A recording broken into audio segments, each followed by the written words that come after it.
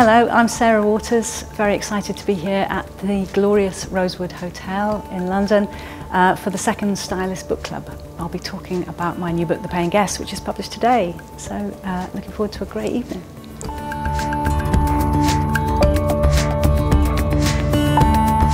Hello and welcome to the second Stylist book club event. I'm going to pass you over to our lovely publishing director, Glenda Merchant, and the fantastic Sarah.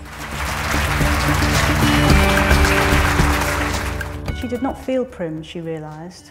What she felt when she thought about it was an odd temptation to settle back against his shoulder, to give herself over to the squash of his thigh against hers. Was it more scary writing about an era where people are still alive? Yes, it was a real issue for me. It was because, of course, with the Victorian novels, nobody was ever going to come along and say, no, it wasn't like that, you know. When you talked about your working day there, that you actually worked at the weekends and you never normally do that. So how do you structure a working day? Just very like a working day, sort of, 9 to 5, but keep researching as I'm writing. That for me might be reading a novel from the 1920s or something like that. I'm guessing that probably around the room we've got a few budding writers.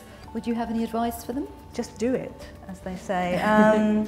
But I think you have to carve out the space to do it. That's the thing. If I sat around and waited for inspiration to strike, honestly, I would never have written a word, because inspiration does come, I find. There are moments that come along, but they only come along because I've already put in the hours. Hi Sarah, Hello. Nice to meet you. How do you stop the chattering in your head? You know what I mean, with all these characters? I couldn't imagine putting myself in that position. How do you do it? The problem is I think they become the chatter in my head, then it's quite hard to shake them off, you know. But it can be hard to cut out the distractions, especially with email and things like that. I think what keeps me going in the end is terror, really, because if I don't write a novel, what else, what do I do? What do I do with my life? So I've got to write something. And I was just wondering how you go about writing such intimate emotion, such intimate scenes, really.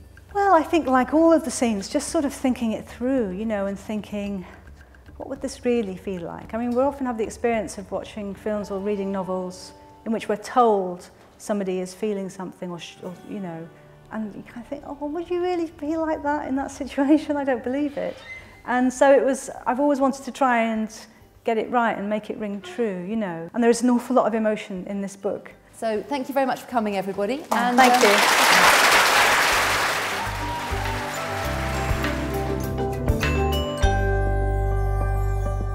She was brilliant. I thought she was very genuine, very cogent and lively speaker. Well, I think it just demonstrates the breadth of the audience, really, that Stylist readers encompass.